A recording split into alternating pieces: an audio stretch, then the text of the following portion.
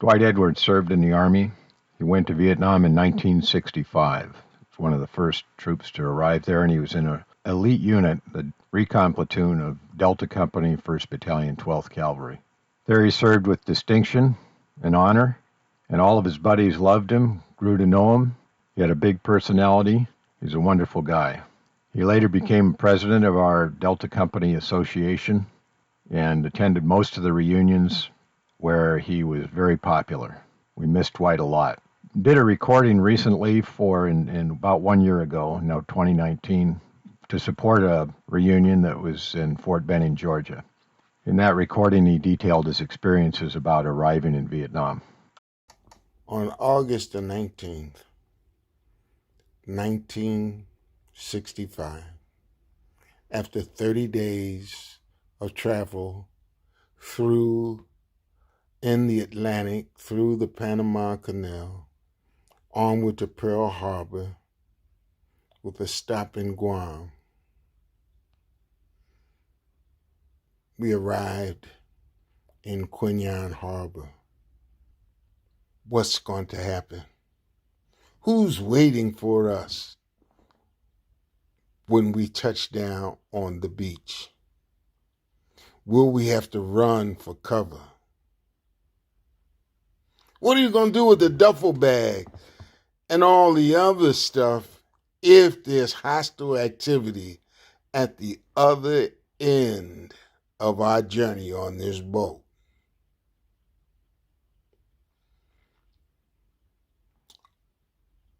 Thoughts raced through the mind. We looked around just to see the people as we knew them on this ship. We looked around, pondering, at least I did, pondering which one of us would not make it back.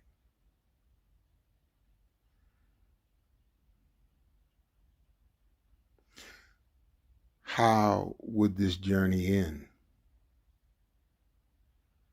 Our time came to go over the side of the ship. First, let me tell you, that was an experience in and of itself. The LST was rocking, the ship was rolling, and we're coming down the rope ladder.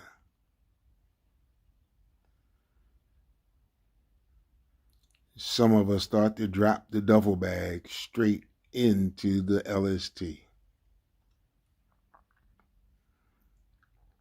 We came down the side, and at times there was a 6-foot difference between the rope ladder and the LST.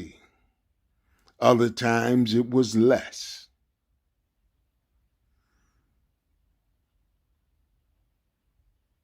But we continued to roll down into the LST.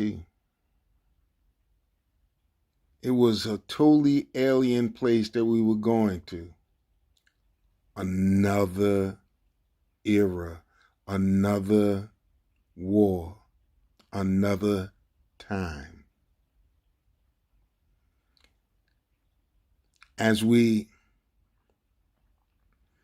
got close to the shore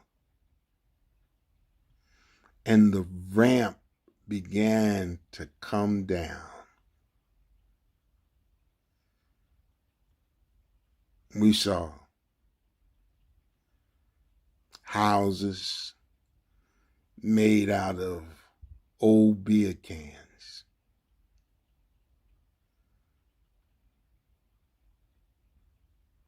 And we came off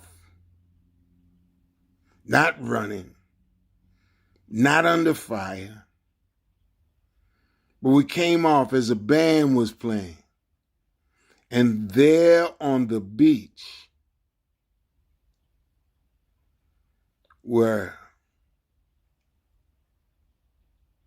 spectators watching us come in. You buy Coke, you buy this, you do this.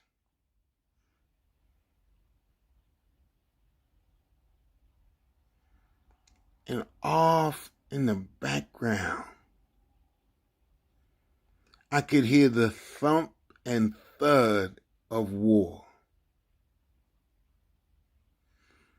Off in the background, as the band was playing, as we're being met by these foreign people trying to sell a few items to make a few cents here and there, there was the thumps in the background. This is very surrealistic. Before I climbed down the ladder, I looked around because on my mind I was wondering which one of us was not going to make it. Who out of the 33 people that I lived with for close to 2 years, who among us would not make it through this tour of duty? There was danger there. There would be lives lost there. There would be maiming there. We would change there. And still the band played on and the thumps continued and the people offered bargains. A unique experience. There I saw for the first time a woman roll her pants leg up in public and pee, not getting a drop of water on her pants leg. I was overwhelmed by the sights on the beach, and my mind asked a question, which I dare not ask anyone else.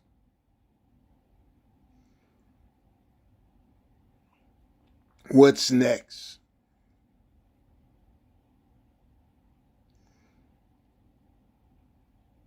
There was a sense of fear that was overridden by training, but the fear was there. The thought was, will I be one of the casualties?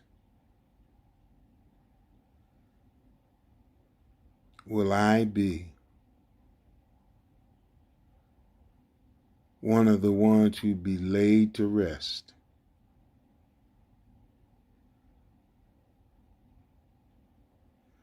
Would I be wounded and in some way handicapped?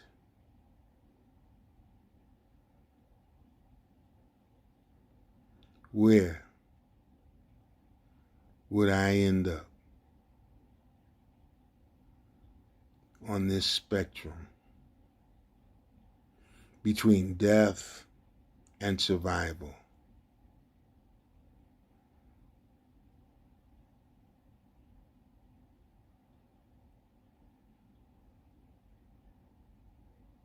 Here I am to tell the story of the beginning. So I did survive, changed eternally.